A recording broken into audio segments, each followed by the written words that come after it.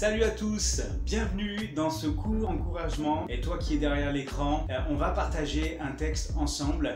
Et ma prière pour toi, c'est que Dieu puisse t'encourager, Dieu puisse te fortifier, Dieu puisse t'amener plus loin avec lui parce que je crois que c'est là sa volonté. Le thème que j'aimerais aborder aujourd'hui et cette semaine pour toi, c'est volonté et pouvoir. Volonté et pouvoir. De quoi sommes-nous capables? De quoi suis-je capable? De quoi es-tu capable? Eh bien, j'ai peut-être une mauvaise nouvelle pour toi, c'est qu'on n'est pas capable de grand-chose. La capacité, le pouvoir, c'est quelque chose dans lequel Dieu excelle. Dieu est capable de tout. Dieu est tout puissant.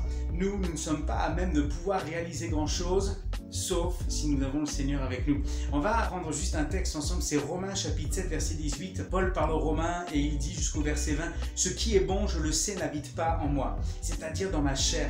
J'ai la volonté, mais non le pouvoir de faire le bien. Car je ne fais pas le bien que je veux, je fais le mal que je ne veux pas. Et si je fais ce que je ne veux pas, ce n'est plus moi qui le fais, c'est le péché qui habite en moi. » Même quand tu veux bien faire les choses, tu es exposé à échouer.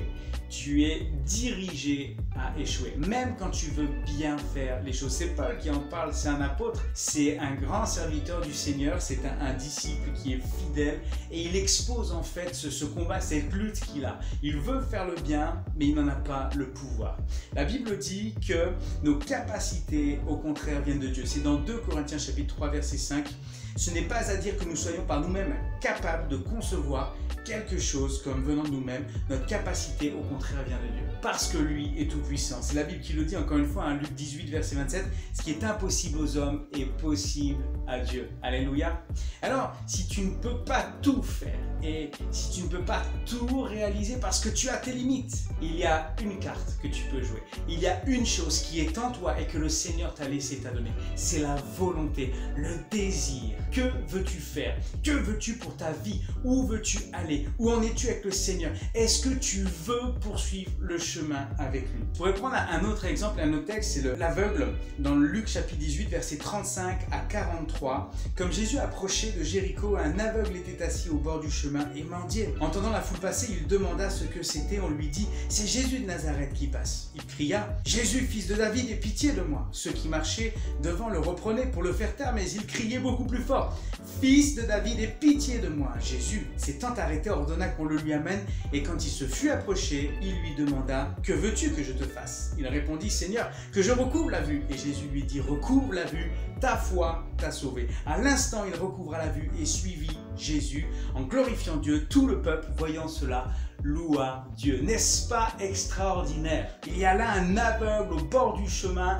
Il ne voit pas, il a besoin d'être guéri, mais il n'a pas la capacité, il n'a pas le pouvoir de guérir, il n'a pas ce pouvoir de se guérir. Il admet qu'il est limité, tout comme toi, tout comme moi, mais par contre, il a la volonté. Et quand il entend Jésus passer, il va se lever, il va faire un bond, il va aller vers son Sauveur, vers son Seigneur. Il dit, je veux rencontrer mon Sauveur, je veux rencontrer mon Seigneur. Je crois qu'il est le fils de David, donc il croit qu'il est le fils de Dieu, qu'il n'est pas qu'un homme et qu'il peut tout dans sa vie. Alors Jésus va lui poser cette question, que veux-tu que je te fasse? C'est étonnant, parce que tout le monde voit qu'il est aveugle. Et Jésus va quand même poser cette question et on sait très bien que la réponse, eh bien l'aveugle va dire, Seigneur, guéris-moi, je suis aveugle. Mais pourquoi lui pose-t-il la question? Parce qu'il a besoin d'entendre l'aveugle lui répondre, je veux que tu me guérisses. Je n'en ai pas le pouvoir, j'ai atteint mes limites, mais je veux être guéri et je m'adresse à toi parce que j'ai cette conviction que toi, tu peux me donner cette guérison, que toi, tu es capable de me guérir parce qu'à toi, rien n'est impossible. Alors, je veux vraiment t'encourager au travers de ce partage aujourd'hui et toute cette semaine, dans tous les domaines de ta vie où tu as atteint tes limites,